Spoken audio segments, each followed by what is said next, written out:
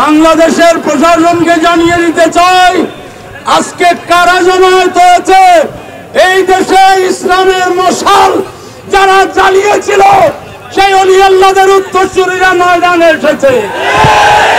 অতএব ইসলামের মূল সূতিকাগার এই সুন্নি মুসলমান আজকে মাঠে এসেছে। আল্লামা রইসুদ্দিনের বিচার না পেয়ে আমরা গড়ে ফিরে যাব না।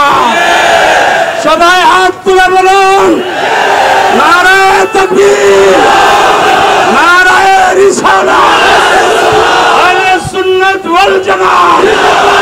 রইসুদ্দিনের খুনিদের বিচার করতে হবে।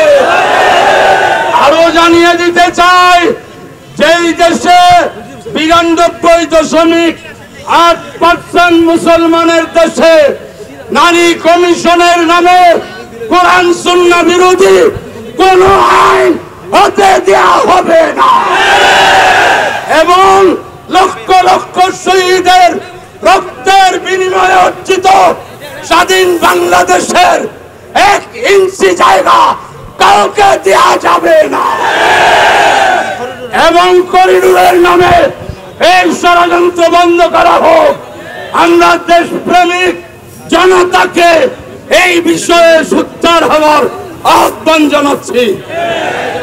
প্রিয় উপস্থিতি, আগামীকাল মাস্টু গাজীপুর এটাকে আপনারা সফল করুন এবং আগামী 5ই মে ইসলামী ছাত্র সেনার ঘোষিত অবরোধ কর্মসূচিকে বাস্তবায়ন করুন। আমরা মাঠে এসেছি, মাঠে আছি, মাঠে থাকবো ইনশাআল্লাহ। এবং আমি পুলিশ প্রশাসনকে বলবো, আপনারা বন্ধু হন। আপনারা জানেন সুন্নিদের ইতিহাস অত্যন্ত পরিচ্ছন্ন ইতিহাস। সুন্নিরা টাকার মতো মহাসমাবেশ একটা পাতা গাছের পাতা ছিঁড়ে নাই।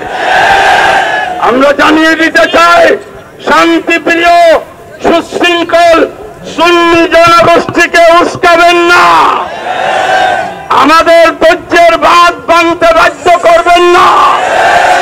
আমরা মাঠে নেমেছি, ঘরে ফিরে যাব না। আরো যদি রক্তের প্রয়োজন হয় ইনশাআল্লাহ রক্ত দিব।